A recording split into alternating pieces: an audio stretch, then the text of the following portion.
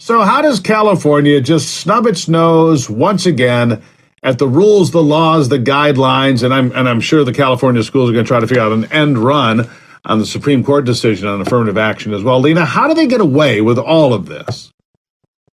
Well, that's the best question that we have right now. I mean, here's the thing is that this trend isn't new, and the Leadership Institute's campus reform has been seeing this trend over several years.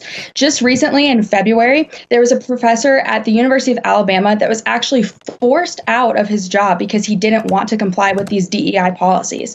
And then in March, there was a faculty member at De Anza College who was fired for her views about critical race theory and questioning the narrative, and maybe we shouldn't be teaching this in our schools. So you can see that this is creating a hostile environment. And even though this might be illegal, and it's been illegal in California since 1996, schools are still finding a way to get around it.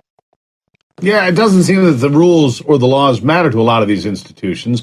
They figure they can sort it out or just get into the legal system, Lena, because it'll take months, years, decades maybe to get through the process. And in the meantime, they'll do as they please. And by then they'll find another way to game the system. Right. That's the way it appears to me. That's exactly right. And this is a huge issue at the University of California school system. They're actually going to be forcing their candidates to submit a written statement of their promises to uphold diversity, equity, and inclusion. And then further, there's going to be an indoctrination statement where they promise to be a force of change and enlightenment within their classrooms. That is what does that mean?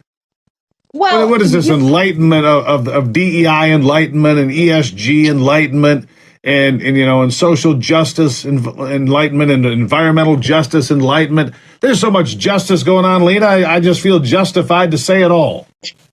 Well, that's exactly right. And let's just call it what it is. It's an attack on freedom of speech, and it's compelled speech because you're going to be forcing candidates and potential employees to either self-censor or lie on this written statement. And so it just creates a hostile environment and just polarizes individuals further.